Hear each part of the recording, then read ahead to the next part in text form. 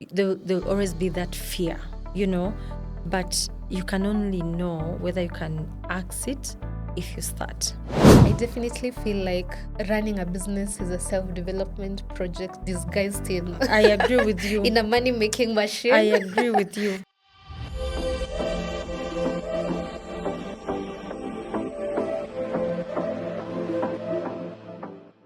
Hello and welcome to the Diary of a Budding Entrepreneur podcast. I'm your host, Martha Munyeke.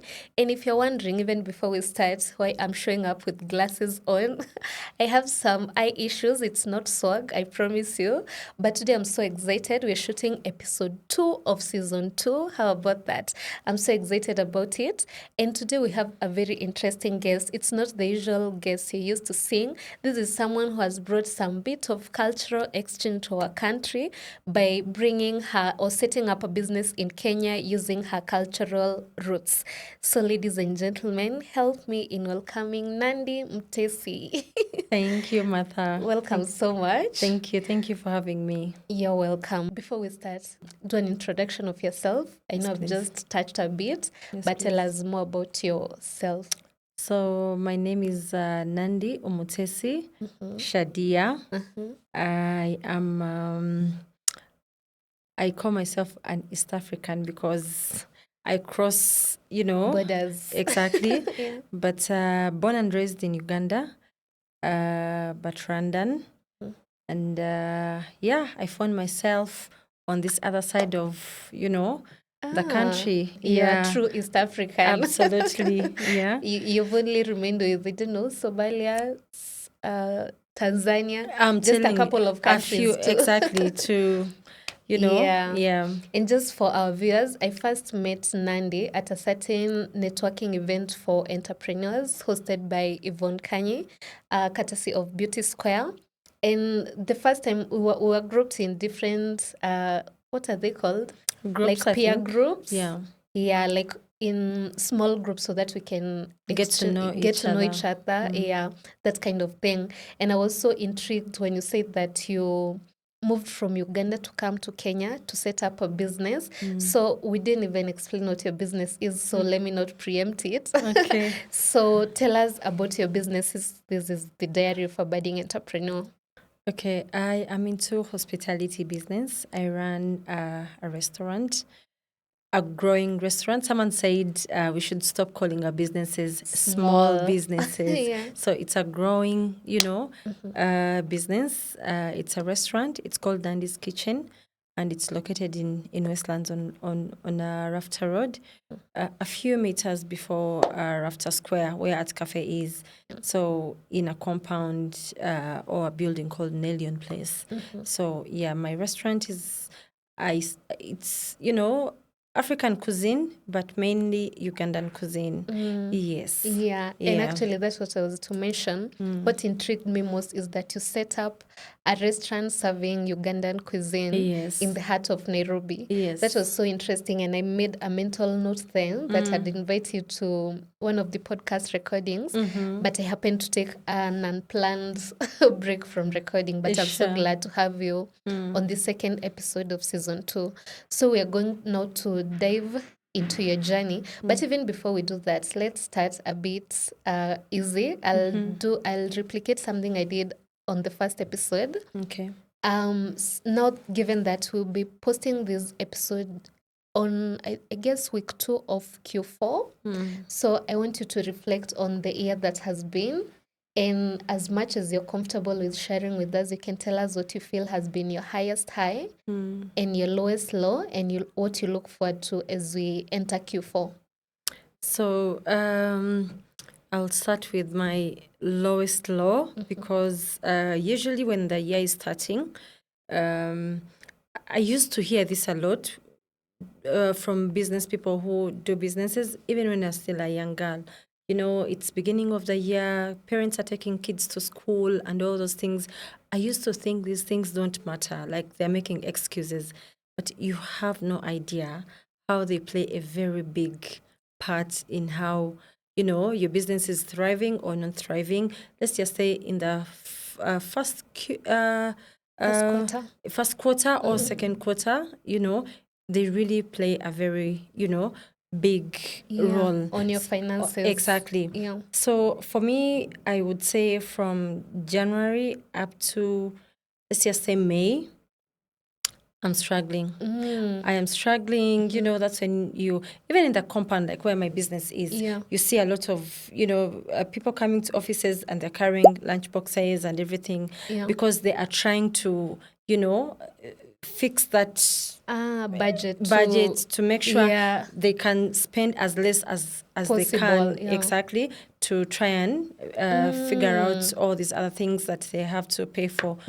So but from then now media, and now we are going to the highest season. peak exactly. And it's good for business. So you're looking forward to your highest high. I am really looking forward. Yeah, that's quite interesting. Actually, when you're talking about the effect of Q1 on businesses, I thought it's from your point of view, like as the business owner, maybe the bills are too high, but now I've understood from what you've explained, the purchasing power of your potential consumers is really very low. That's very interesting. And that's very important in a business. Like, really, people are supposed to have purchasing power for you to keep in business. Definitely. If they are not able to, buy, who are you selling to? You feel the hit. Yeah. Now I'm excited to get into your journey, to learn about your journey, how we got here to, I don't know if you mentioned your business is called Nandy Kitchen, right? Yes. Is it Nandy or Nandy's? Nandy's, like Nandy's Nandy with an apostrophe S and then kitchen. Yeah. Awesome. Now I want to learn how we got here. Like, I know you didn't just wake up one day and you had this establishment called Nandy's Kitchen. Yeah. So take us from the beginning. Well, where do we start? So we can start from, maybe just to guide you, from your tertiary level of learning and how you weaved that into doing business as opposed to maybe going to the corporate world. Okay. Yeah. So I come from a family of I've grown when I'm seeing my parents and then my family doing literally business, and that's restaurants. We've had restaurants in Uganda. We've had restaurants in Rwanda because I have lived in both countries. Places, exactly. Yeah. So when the restaurant history started in Rwanda, but we're still very young kids. So, but we would see, you go to school, you come back, and then your parents are engaging you, do this, do that. You see them, they're going to the restaurant and all that. So that's where it started. Later on, we had to relocate back to Uganda. Then we continued with the same business. And I think it was operational for like 15 years. That's quite some time. And then in Uganda, or both combined, Rwanda and Uganda? Both combined. But I think in Rwanda it was longer in Rwanda. So Uganda, let's just say like 7 years. Yeah. So, but then of course we are growing up. Life is changing. My mom, she became weak to keep running it, and then my sister had to relocate to, Dublin. Then me, I had to relocate here. So we had to close down. Oh, the businesses in Uganda. Exactly. But even before that, growing up, I come from a family where one of the things I enjoy doing is cooking. I love cooking. I love cooking for people. I love to see people enjoying my food. Hosting. Money, yes, I love money, but I like it when someone says, "Oh, I have really enjoyed this meal." Good. Because now you feel that you don't feel like I shouldn't pay for this meal. Like you feel like it motivates you to pay because you've enjoyed. Exactly. Yeah. It's worth, your money. So yeah, I used to be at home, and you know how you have chores. Where I come from, we barely used to have house helps, especially when we are in our holidays. So my mom used to tell our house helps they need to go for holidays, a break when we come back home. So we used to do all the chores by ourselves. So And I come from a family of so many siblings, and it's an extended family. And they used to ask, so who is cleaning the house? Who is, cooking? And now everyone would be like, it's Nandy to cook for us. We'll do everything else, but Nandy should Provided she cook. cooks for Exactly. us. So I know I've always loved cooking. I've always, cooked very special meals for my families and all that. And also feedback is always good. Yeah. So just a simple background. So life changed. I had to move here. I moved here, school. I went to Desta. And then what were you pursuing at Desta? I was doing social sciences. And basically, I just transferred my units because I was doing it in Uganda. Then I came and finished from here. Yeah, so it wasn't a long whatever. Yeah, like just a university transfer. Exactly. Why? Because of course, definitely, I had started a family and all that. In Kenya. In Kenya. So you're married by a Kenyan. Yes. Yeah. That's so nice. Yeah. So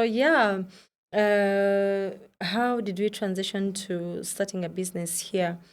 I think I started, around COVID time. COVID time? That was 2020. Yeah, 2020. Yeah. But also, when I did my research, I found there was a gap. You won't believe, but the Ugandan community and usually the Ugandan community and the Rwandan community, their food is almost the same. The same, yeah. So, and really, those communities are really big here in Kenya. And it started with me, because I'd moved here, I used to really struggle with food here. I'm used to a whole different thing from where I come from. And here I am, I have to eat ugali. I'm not saying ugali is bad, but it's totally different from what I was used to. And but you have a version of ugali in... Yeah, Uganda. But it's really totally different. What do you call it? Is it posho? Posho. Yeah, we call it posho. And so I know some few things. Yeah, actually a few things. So posho, yes, people eat it and people love it, but usually it's an extra meal. It can't be the main starch. You can't say that we've cooked posho and let's say beans at home. Yes, you can, but I don't know, but people kind of feel like you're struggling financially if you're eating that. Yeah. Kenyans are struggling. Well, actually, it's until I came here, I'm like, oh, okay. Wow, that's a shock. I'm like, and you will be surprised because visit a friend and they're like, yeah, lunch is ready, and you go to the dining and posho and you're struggling. Anyway, and even before we get to that bit, I'd love to know, you've grown up in an entrepreneurial family and mainly in the hospitality industry. Yes. Did you get that seed to get into the hospitality industry since you were young, or it's something you gained? Like you say, when you're a child, I'm sure you have kids, and when you ask them what they want to be when they grow up, there's that thing they mention. What was it for you back then? I think for me back then, I didn't even know such a thing of like, I want to be a chef. Usually there are those, I want to be a pilot, a doctor, kind of thing. Exactly. Yeah.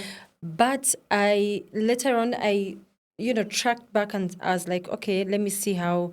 I think I'm just very passionate about food and anything to do around food. Yes. Okay. Yeah. Now we can get back to 2020. Yeah. So even before 2020, I did some research and I got to know that there are no restaurants that serve Ugandan food here. And it's but interesting, why? Just to cut you short, I was listening to a certain podcast. I know you know Financially Incorrect. He was interviewing, Barack was interviewing, is it called Kemi? Is it Kemi? Yes, Kemi. Yeah. I know her. You know Kemi? Yeah. And she the one for unpopular opinion. Exactly. Yeah. And she mentioned that one of the things she struggled with when she was living in Kenya is the food.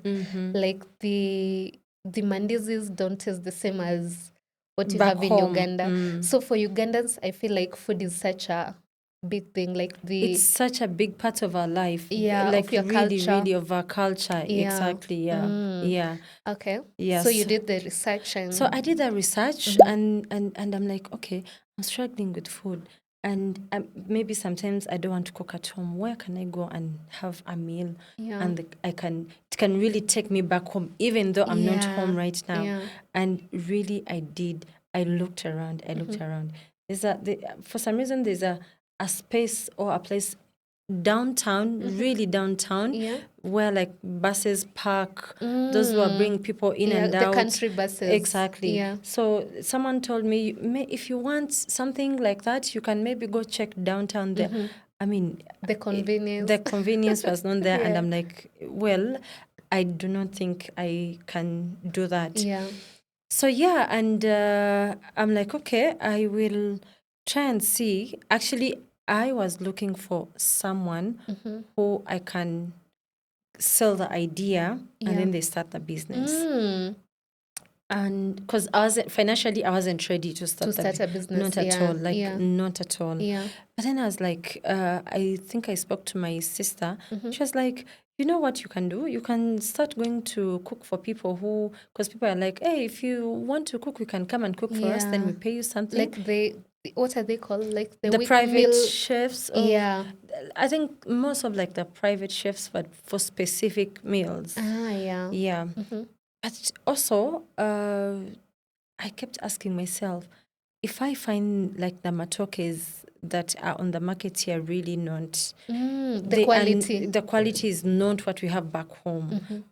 Like, how will I be cooking for people? And I don't want to just cook matoke that is not exactly for the sake of it. As like, this is going to be very hard. But when COVID hit, I mean, I used to be in school, then home, like as, let's just say, a stay-home mom, you know. But when COVID hit, I was like, wow, everyone is home. I need something to distract me. So I started cooking. You know, I cook, and then I know I have a friend called Hope. I would send her a meal, and she's like, oh my God, you cooked this. It's so nice. Like, so people started asking for meals and they started asking to pay. And I'm like, okay. Okay, I can. I didn't even know. I didn't even know that, like, how to price my, meals services, and everything. Someone asked me, taxed me to be like, no, you have to come up with a menu. Just have like, even if it's 6 items on the menu, but. So I started that way. I did it for like the whole of 2020. Yeah, throughout COVID. Exactly. And then I, had collected some money, and I'm like, oh, wow, it really feels nice. Like, it feels nice to have this money out of. So, when 2020, 2021, half of 2021, then I stopped it for some time because I felt like I didn't have direction. I was just doing it. I didn't have any systems. I did not know why I'm doing it really, but there is an opportunity. And also I felt like, yes, I'm doing it, but am I really, maximizing on exactly what is available for me? Or am I just doing it for the sake of doing it? So I had to take a pause a little bit and sit down, ask myself, okay, what do I really want? How do I want to do this? And, will it be, making sense in terms of exactly.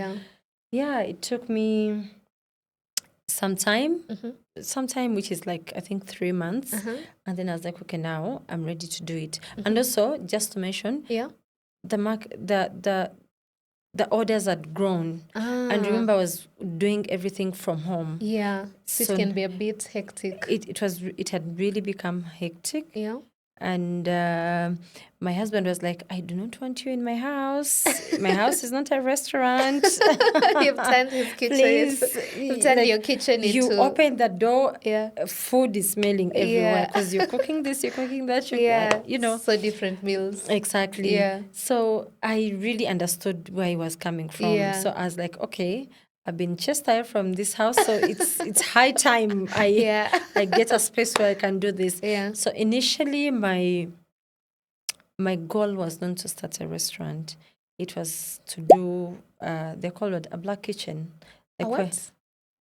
A back kitchen. a black kitchen, Uh-huh. or rather something like that, like where you know have a kitchen Yeah. and no, a dark kitchen where you cook from somewhere and then you are online. People can order online. Oh, Then do you deliveries. exactly. Ah, okay. I think it's It's called a called dark kitchen.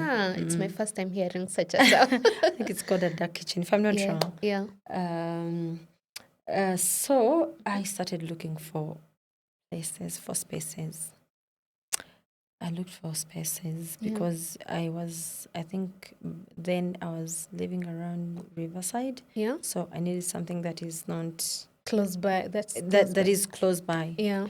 And I mean, I couldn't get anything that was within my budget, but also close by. Yeah. I was like, okay, let me look out of my comfort zone and everything. I started looking. Everything was very expensive. All the spaces I saw and I felt like they are working, that they will work for me. Yeah. Really, they were very Because expensive. it's also part of the Nairobi's high-end location. Exactly, Yeah. I think so. So I was like, no, this can't work for me. So I still took a pause. I'm like, okay, maybe this is not it actually. Yeah. So the option of cooking from home is out of the window. It's out of the window. Yeah. So I remember telling my husband, I'm just going to wait a little longer. So, but later on, I was going to Westlands. I remember I used to go to the gym, then finish working out, sit in my car, drive around looking for spaces. So this one time I had some document I was supposed to take to our family lawyer to view. Yeah. Then the lady, the receptionist, is like, your husband was here last week and he mentioned that you're looking for space to start a restaurant. Wow. And I'm like, yes, I am. Like, okay, I have a space I want to show you down there, but I don't think you like it. I'm like, why do you say so? Yeah, let me just see it. And like, well, it's a kind of deserted place, but look at it, it doesn't hurt, so you will make your judgment. Yeah. I was like, okay, can go. I look at it. I went, looked at it. I can tell you it was really, really abandoned. It was, oh my goodness. But like, when the space is yours. Yeah. Like it really, it was my space. I saw myself. Yeah. Like the vision was there. And I'm like, okay, how am I going to work with this space? So where am I going to get the money to kind of like bring it up to the stand? Exactly. Look. Yeah. But I was like, you know what? I'm taking the space. That is me talking to myself. Yeah. I was like, oh, okay, I've seen the space. Thank you. What about the price point? The price point, we are not yet there. I had already believed. Yeah. You know, I don't know if that's faith, but I'd already believed that this is my space. Yeah. And so I drive out. I go back home.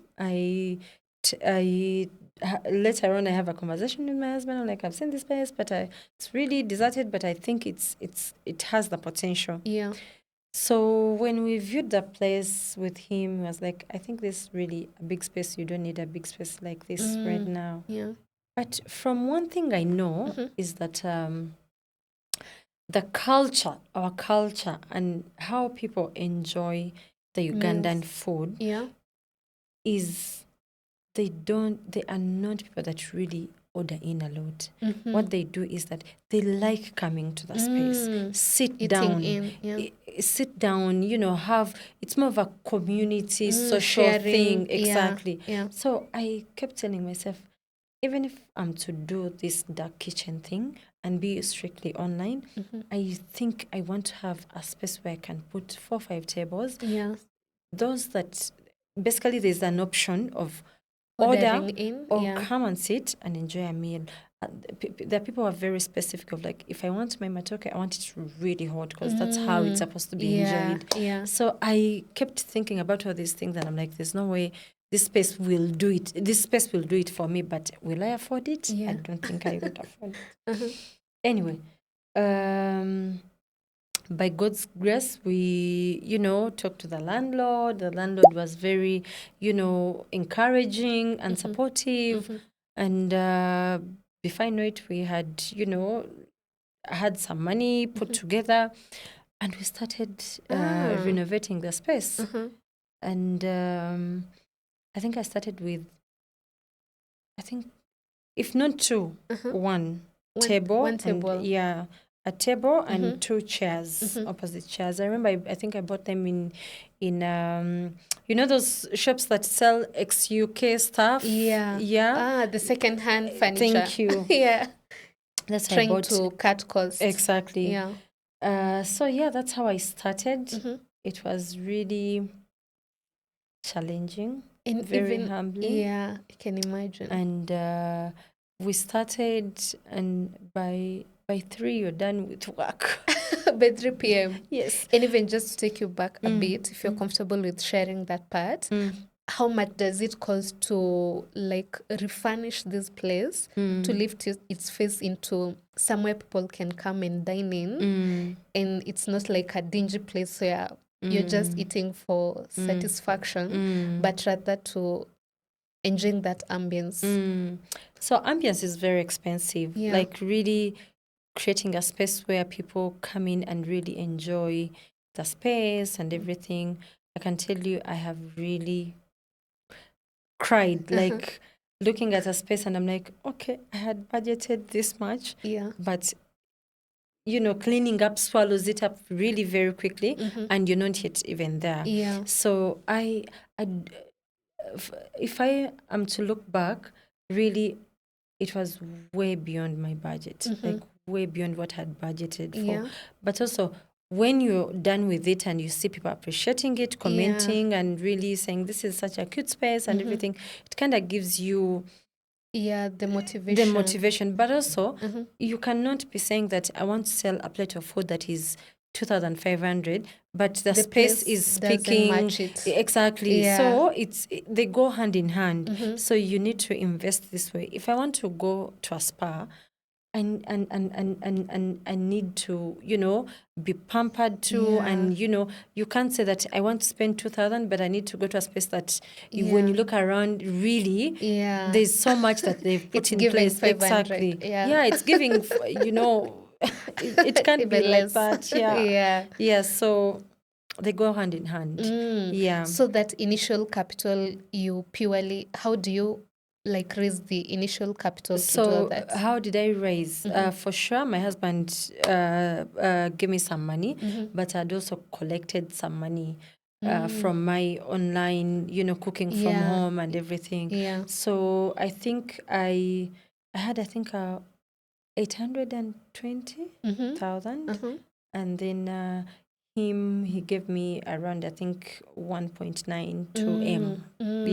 For starting. So let's give or take 3 million to start off. Yes. And that does that only include like refurnishing the place, or even the lease? So that included no, that didn't include the lease. That didn't include. That included what is it called? Refurnishing the place. Also the whatever equipment for the restaurant. You can imagine it requires very a lot. expensive. The commercial. Oh, my friend. Cookers. Then that also it had to do with the licenses, the permits that we we need before you start. There are certain things you need to have really to start. So I'd imagine for hospitality business, the legal requirements are quite they're much. quite extensive, because there are certain permits you feel like not any other business has Yeah. this, but Like me, the I safety and have to health. have them. Yeah. Exactly. Yeah. So there's a lot, and because of course at some point we were ready to open, but the permits were, some of them were really taking long, and you can't open if you don't have all Yeah. of them. Yeah. So you kind of like have to push, move things around and see Yeah. how you can, fast track and get them. Ah, Yeah. great. Now you have this location that you can call your own. I can imagine how exciting that was once you're done with the bills and all. Yeah. Can you like recreate that season for you? Like how are you feeling in that specific moment? Coming from just like being a student, stay-at-home mom. Were you a mom then, or you're just? I was a mom. Oh, you're a mom already. Yeah. From that now to having something you can look forward to going each and every other day, a project you're working on. How was it for you? Wow, it is. To me, it was mixed feelings. Feelings of fear, feelings of proud moments, feelings of not being sure of what you're doing, and then second guessing yourself, which, I mean, it never stops. Yeah. Yeah. At one point, I'm like, oh wow, this is This is mine. mine. Like, this Yeah. is me. Yeah. How did I even come up with A, B, C, D? And Yeah. then you're like, no, I'm not sure I'm doing this. Yeah. Like, actually, a morning comes and you don't want to draw the curtains to start your day because you're like, how am I going to do that? Yeah. I have no clue. Yeah. And then I think I want to point out is that the circle of friends I had, most of them they were stay-at-home mothers. So it was, I didn't have people to run to kind of like inquire or share my experience and Your fears. my fears, and Yeah. then maybe for them they've been experienced, they've been in business in this foreign country, and now they can Yeah. kind of like put you in a different direction now, you see things in a different way. So it really became a bit hard. If I was looking for this kind of plates and I didn't know where to go, I would have to figure it out myself. And you're in a new country. Exactly. Relatively. I do not have a friend to call of like, hey, I'm looking for ABC. Did you know where I can get that? They'd be like, and actually most of my friends were also from Uganda, that Ugandans who live here. Yeah. So it was a bit hard. You're all quite novice. Exactly. And also I can imagine the fear and the pressure of feeling like now, since you've made the investment in the business and also your husband has put his input in that, did you feel like the pressure to recoup that investment? Yes. I can imagine. The pressure is there and it never stops. I feel like it's there, but I feel like it's more of like I don't want to fail. Yeah. I can't fail. Yeah. And but over time you get over it. I feel like now I've gotten over it because you really don't have control over that. Yeah. If it's bound to fail, it will fail. Yeah. And there's no, I don't think there is anyone who wakes up one day and starts a business. Yeah. Some of them even go and borrow money to start businesses, you understand? Yeah. Because they want to really, make something out of, succeed. exactly. Yeah. No one wakes up and say, okay, now let it fail. No, you have tried your all. Exactly. By the time you see it's failing, maybe someone has put in their all. And actually that's not maybe, they've put in their all. Yeah. But things sometimes don't just work as out. we expect. Exactly. Yeah. And it's the hard truth, but it is the truth. Yeah. Yes. And that's the truth of business. Exactly. And how many years are you in now? Assuming you started in 2021? Yeah, 2021. So you're almost clocking 4 years. 4 years. 4 or 5. 2021. 2, 3, 4, 5. Almost 5 years. Yeah. Wow, that's so impressive. Yeah. You've Almost already 5. passed the phase. They say that if you survive that. Well, which is, I think it's 5 years. They say 5 years. So you're almost crossing that. Oh, I can't wait. I hope.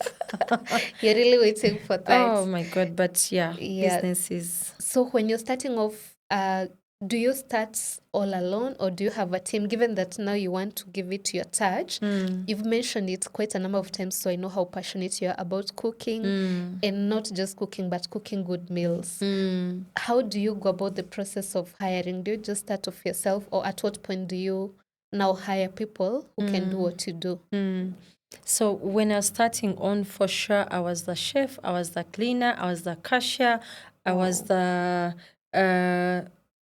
Delivery person. delivery person, I was the communicator on the phone, name it. I Customer was service customer agents. service. I was the one, I don't know who that person is called, but the one who goes to the market to pick. Yeah. like Errands name person. it. Yeah. I was everything. And honestly, that year, 2021, I was everything because I could not afford To hire to help. hire. Yeah. And I remember I used to have a nanny at home, and then I used to have a day bag. So what I did is that I told my nanny that since my day bag comes and lives here for like stays for the entire day, leaves at I think around 6-7 in the evening.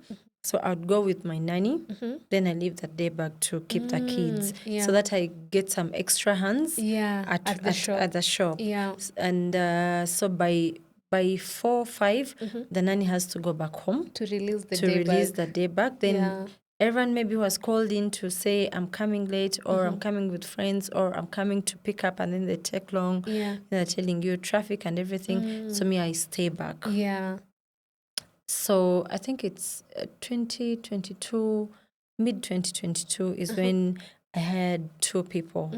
And I hired them, but the hiring was of like, I'll be paying you on the days that you're coming. I don't want you to come in Monday to Friday. Or You Sunday, can, exactly. Yeah. So you'll come in 3 days, which is, now we had to kind of go back and look at what are our busy days. So we get Work to backwards. exactly. Yeah. But you really tried 1.5 years running a restaurant alone. Yeah. That's quite something. And now when you had them, do you have them as chefs or what is So that? we had a one chef, but now also we had like an errands person, but also he would double down as a back kitchen cleaner, like washing utensils, Yeah. cleaning up. You need something quickly from the supermarket. You have He's someone there to and send. everything. Yeah. Exactly. Yeah. And now how does your team grow from there to what you have here? I saw you now have expanded the business to even include like a liquor section or drink section. How do you grow to that? Do you increase your team? And how's that scaling process for you? Well, yes, the business has, grown, and yes, I I did not even ever think of, like, when I was starting the business, that I would one day sell Liquor. liquor. Yeah. Like, no, it was strictly food. Like, I was like, yeah, as long as I'm selling food, that's okay. Yeah. But when time passes, Yeah. you get to know that you need the drinks to support the food. Yeah. Because if someone comes and eats a meal, and even though they want to stay longer, Yeah. they need something To keep them. Yeah. going, Yeah. if it's a beer, Yeah. if it's a wine, Yeah. good music and all that. These things, because I had never like been in a space where I'm running this intense business alone. Yeah. So these things, I like I've grown with the business as well. Like my business, whatever has grown with the business itself. Because later on, when we looked at the books, they were not making sense if we keep the restaurant alone. Exactly. Yeah. So we had to look for ways, how can we to expand the business, and one of the ways was to start a bar, Yeah. and then see, now we had the license for a restaurant. Yeah. Now you have to go back and look for the permit for which liquor. I know is crazy. way more hectic. I was like, why? Because in Uganda, it's not like that. It's quite easy to I Actually, I don't have a think friend who they visited don't. Uganda the other day, and she was mentioning how liquor is sold like just a normal commodity, Yeah, like even in like normal shops. exactly. And then Really? also Uh-huh. if I have my money to start a liquor store, I don't have to go to the government to first ask for a permit. Wow. Why would I do that? I just find a space, pay for rent, Yeah. and open. Yeah, I think here they've put so many bottlenecks. There was a yeah. time you couldn't even sell liquor during some hours, I think during daytime. Yeah, but I think it's because also the alcoholism levels. Yeah, which But I also, appreciate. yeah. Yeah. But also, I know there's that aspect of maybe some people in authority wanting to To make more get a money, cake from exactly. all this. I'm So telling you. it's neither here nor there. Yeah. So apart from that, what are some of the challenges you'd say you've faced running a business in Kenya as a quote unquote non-Kenyan per se? Yeah. One, the challenges, there are many, but I would want to start with one, which is because the kind of restaurant I run, it's not like it's a very high end restaurant. You Yeah, understand? yeah. So the hiring and firing is really not. It's crazy, because even though you put people under like what Probation. exactly, like you kind of get no control over people, you understand, of like, okay, now maybe we've had a misunderstanding, and you need still come to work. Yeah. They will leave. Without notice. Yeah, with no notice. Yeah. And there isn't so much you're going to do to them. You understand? Yeah. Because, someone is earning 30,000, 25,000. Yeah. And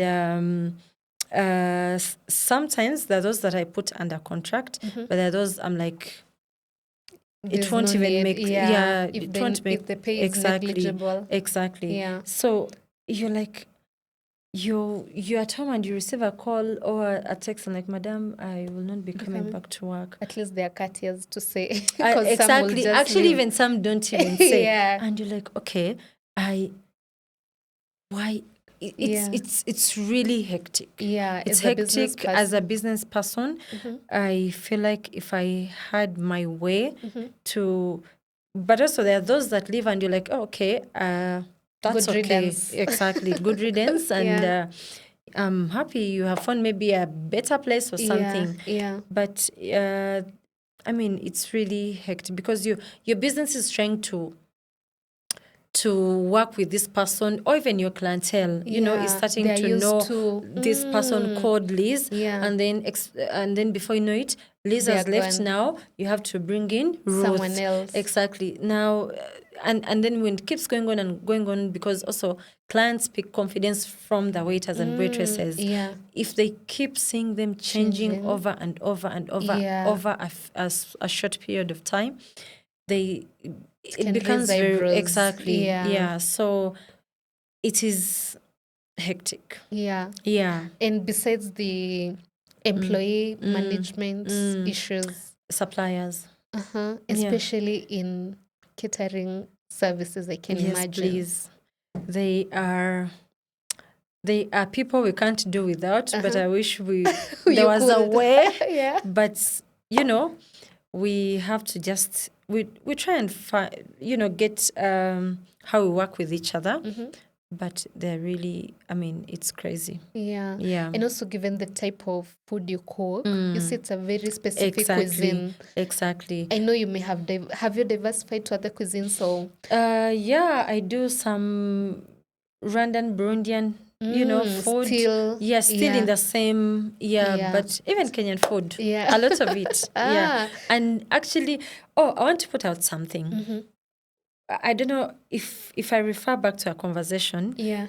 When I was starting, my target market was Ugandans, And Rwandans. Rwandans, Yeah. a little bit of Burundians. But the business surprised me because Kenyans love Ugandan food. Really? Kenyans are my biggest supporters. I should visit your kitchen soon. I don't think Congolese I've come ever and had any. eat the food. Nigerians come and eat that food. Wow. And I'm like, wow.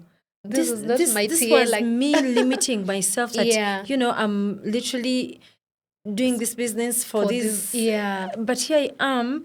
I can have a whole 20 lunch group of people and like 17 of them are Kenyans and they're really Having enjoying Ugandan food. Exactly. Yeah. Yeah. And also, for them, it's also experiential food. Yeah. Because you're getting to interact with them. And they say that the best way to interact with a different culture, not the best way, but one of the best ways It's is over through their food. food. Yeah. So I can imagine. Yeah. Wow. And besides now, we've mentioned that employee management has been a major issue. We've also mentioned about suppliers. And you mentioned initially that you wanted to get like the real Ugandan matoke. Did you finally get like a supplier you can rely on to get the authentic Ugandan food?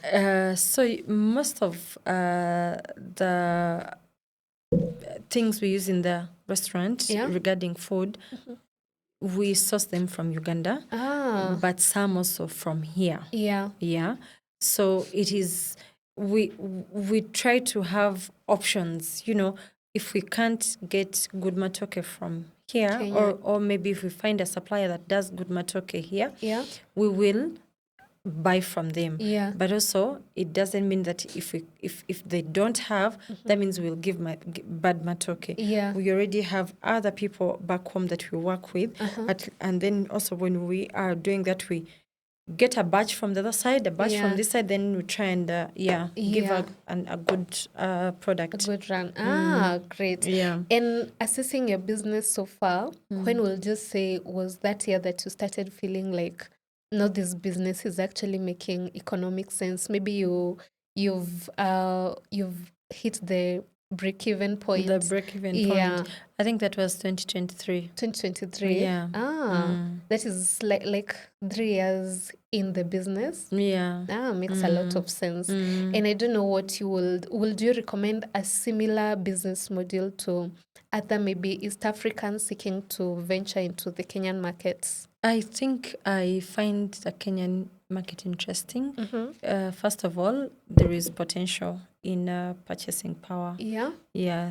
People, and also I won't say Kenyans, but the people in Kenya love to eat out a lot. They are not people that they go home to exactly. Well, once in a while, yes, but they love eating out a lot.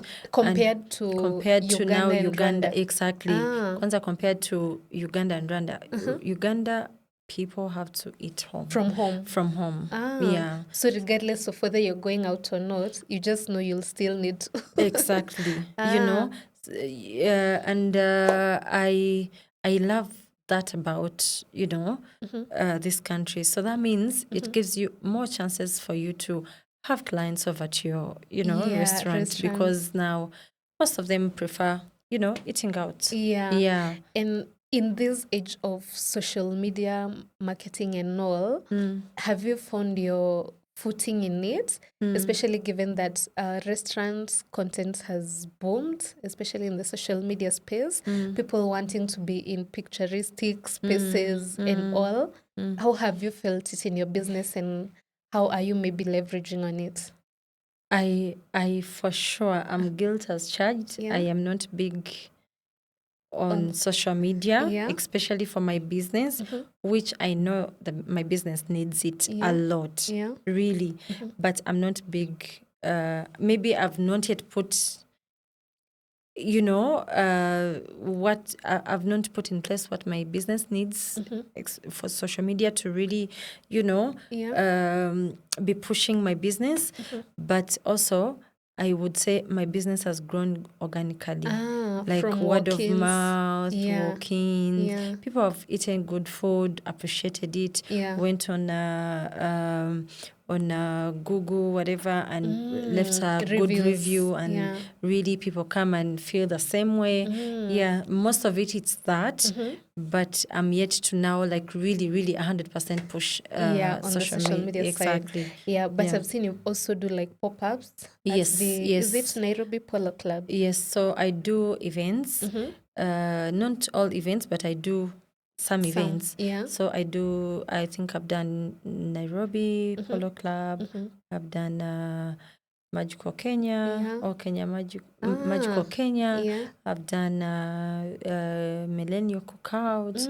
I have done Safari in Naivasha. Wow. So there are many events, especially when you do, when you do the math and you feel like this is worth a making try. economic sense. Actually, I was to ask you that, like, how has your experience been from a business point of view when it comes to those events? It's something you'll keep doing? It's something that I would keep doing, and I really want to keep doing.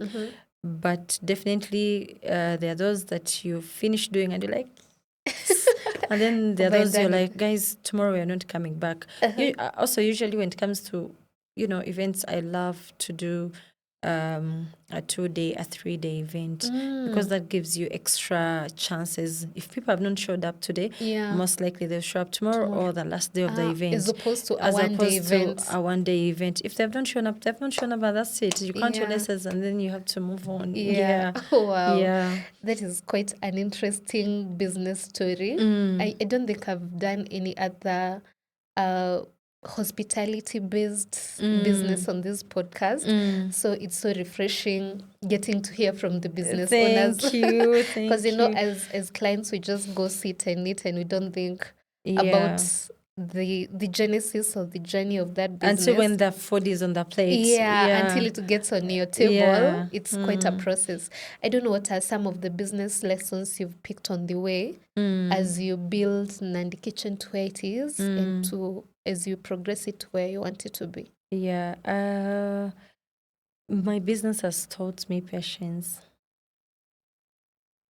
I really have learned to be patient because there's so many things that happen, and for you to be able to,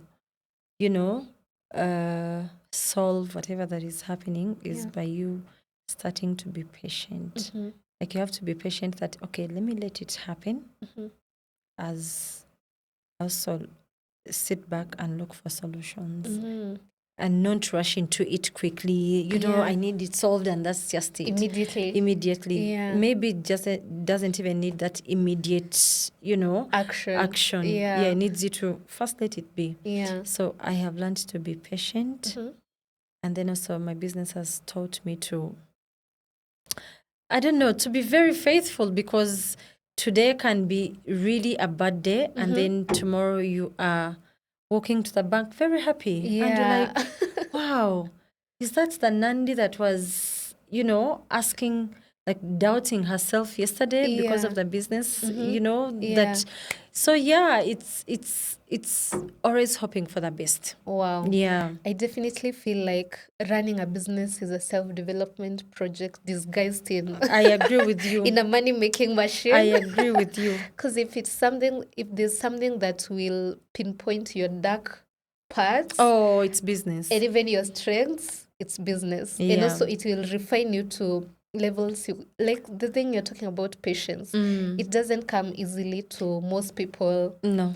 Because we are mostly inclined to acting on the spot and getting over and done with it. But just how you're mentioning it, business will force you to explore parts of you never knew existed. That's for sure. Wow, this has been so refreshing. Thank you. And educating. I was not so prepped for the interview, but I was so eager to hear from you. Thank you. Hearing the journey directly from the horse's mouth without so much prior knowledge to it. That has been so refreshing. Maybe as we wind up, you can tell us a bit on where you see your business going forward. It's such a cliche question on where do you see your business in the next 5 years. But you can just tell us maybe one of the biggest goals you have for your business and also where guys can find you, be it on Okay. social media. I know you mentioned about the location. Yeah, all that. Okay. Where I see myself in the next 5 years, well, maybe even before 5 years, Yeah. I see myself having maybe 2 extra branches Wow. on Nandy's Kitchen Within Nairobi? within Nairobi.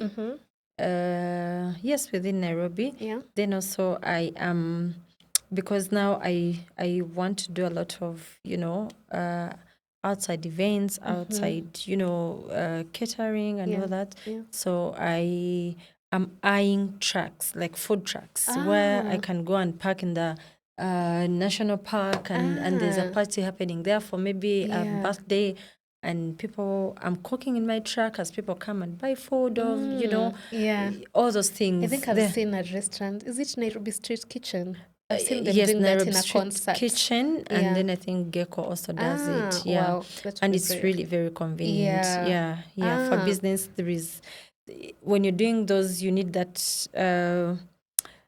convenience, not this of like you pack everything in the truck, then offload everything, then set Yeah. up, then And even given the sensitivity of food and all exactly that. time wasting. Yeah. So I'm seeing myself having like 10 trucks that can be out in different events and parties in a day, and they come back with a lot of Wow. money. Looking forward to witness all that. Yeah, thank you. And say I was there when you were just planting the seed. I'm telling you. All Can't that. wait. Yeah. And what's the biggest takeaway you'd give to any business owner out there trying to grow their growing business, not their small business?